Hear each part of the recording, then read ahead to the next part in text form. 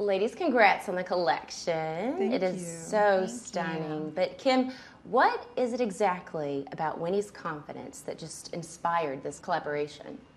Well, I definitely admire her confidence, and I wouldn't need this to partner with someone, but just looking at her face and this cute, like when we did this side-by-side face, my head was so much bigger than her. She has the tiniest little cutest face ever. Little peanut head. I was really, I loved like picking the photos and going through that, but you know, I love to partner with people that are confident. You know, I did my first collab with Mario, and he is, to me, the ultimate confidence of someone that just knows exactly what look we're going to do and has always been really confident in his work and in what he brings to the table. And I've always loved that dynamic. And so when I wanted to partner with someone else, and Winnie, you know, and I connected, I just felt like she is the ultimate modern, confident woman.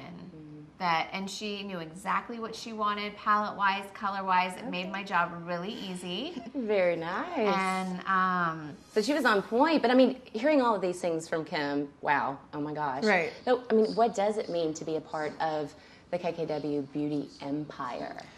Whew, wow. When you say it like that, it's very intimidating. But no, it's an honor. Like, obviously, I've been a huge fan of Kim for so long. So not only to like be friends now, but to actually get to work and create together was insane to me. It's something that I never could have even dreamt of. Oh, that's so sweet. But it's safe to say that you guys have probably learned from one another throughout the process. So, Kim, have you picked up any beauty tips from Winnie and vice versa, Winnie?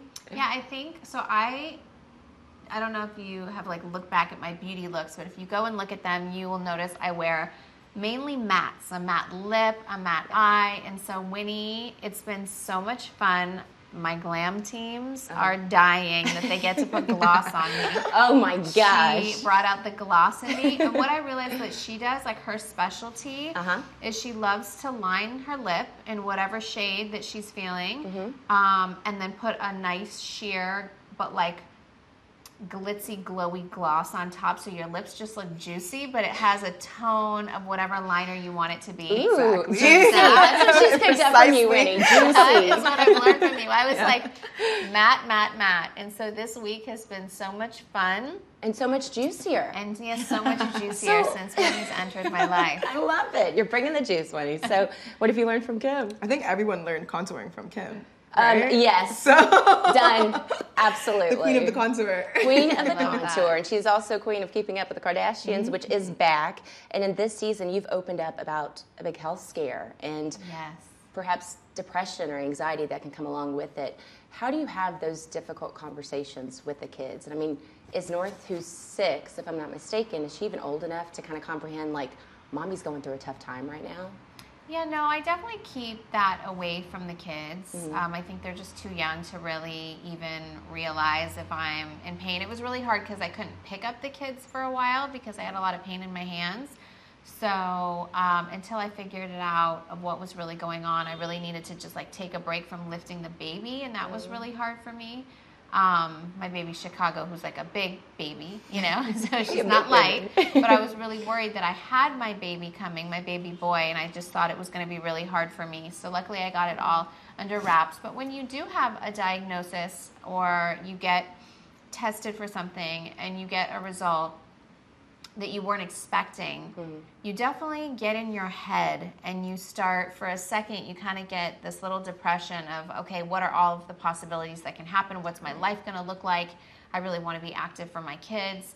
And so it triggers something, but then I really had to get myself together because I do have kids and I do have, you know, a family that I have to just be positive and get it together for. So I believe no matter what's going on in your life, you can take that time to grieve for a second, no matter what it is, what you're grieving, feel those feelings, and then figure out how to be positive about it because it's not going to change. So there's no point in being depressed and staying in that headspace. But I felt it for a minute. Amen. I love that. Good things to take away from that, though. And you're healthy now. Everything's okay? Everything's okay. I'm on a medication now, so everything seems to be fine for right now. And I'm just rolling with it day by day. You know, I think Winnie can relate to that. She's someone that I called early on about an issue that I feel like she would really understand, and she gave me amazing advice and told me a lot of, stories that made me feel really confident and that I could get through that. And so that's how Winnie and I really connected before we even started on the collab. Well, I've got to tell you, we recently caught up with Tori Spelling and Jenny Garth, and they said they would love for season 2 of Beverly Hills 90210 to have you on as Tori's lawyer. Stop. Yes. I'm Would there. you be? Are you there? I'm there. Seriously? I'm there. I mean, you're studying law, just so because I like 90210 to me was like my childhood. Yeah. Like I used to beg my dad for this 90210 sweatshirt. I wish I still had it. And then it's my back. best friend Lala is Brian's wife on the Right. show, so I was watching the premiere with her, and so yeah, I totally would. Okay, so I'm glad ET is connecting the dots here for Facilitating y'all. that. You know, that's what we're here to do. Of course.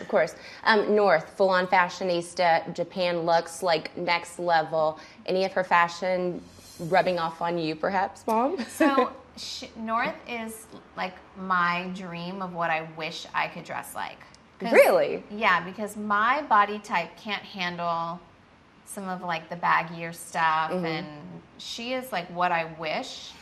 I get her what I wish I could dress like. I was walking through Saks. We're in Saks Fifth Avenue right now. Right. I was walking through and I was taking pictures on my phone of things that she would love. Oh my and gosh. I was going to show her tonight and be like, do you like this fabric? Should we make this, jacket for you? So you're going through lookbooks, not bedtime stories, Yes, right? exactly. I love it. Speaking of bedtime stories, being at home, playing with the kids, you recently posted a pic of your 2 little ones, and they are dressed in some Western-themed costumes.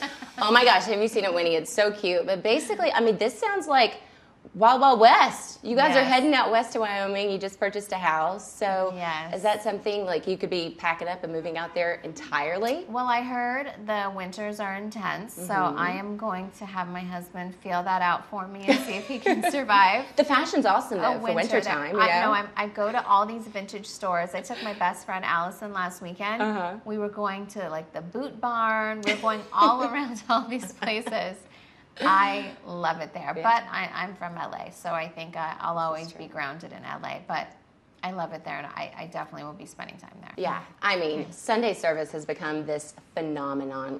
When have you ever been? We actually went the day that we shot the KKW Beauty campaign. That's right. We went to Sunday service, and then we ran to my mom's, and we changed. We showered, we changed, and then we headed off to work. What a day. But what is it about Sunday service with Kanye that, I mean, has just had people flocking to it? It's become a cultural phenomenon. Yeah, I think, and it's really interesting because I've seen in Fashion Week, some friends emailed me like 3 fashion shows that had like choirs and gospel music, and I think that's just so amazing. I mean, it just, for him, it started off as something that was really healing for him, and it was really small and really personal, and it grew and grew, and he really has been saved by Christ, and it's like born again, and he dedicates his whole life to the church, and so it's not like technically like he doesn't have his like 5013C yet to make it a real official church,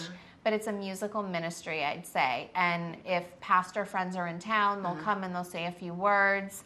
If now, it's traveling to other churches, it's just become this amazing thing. And I do see online sometimes people are like, well, what is it? Is it just a gospel choir? Do they talk? Like, it is a Church of Christ. It is a Christian church.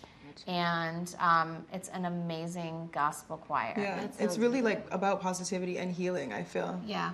Now, is this something that is inspiring his upcoming album that's dropping later this month? Is it going to be a full-fledged gospel album? It is. It is? It is. Incredible. Yeah.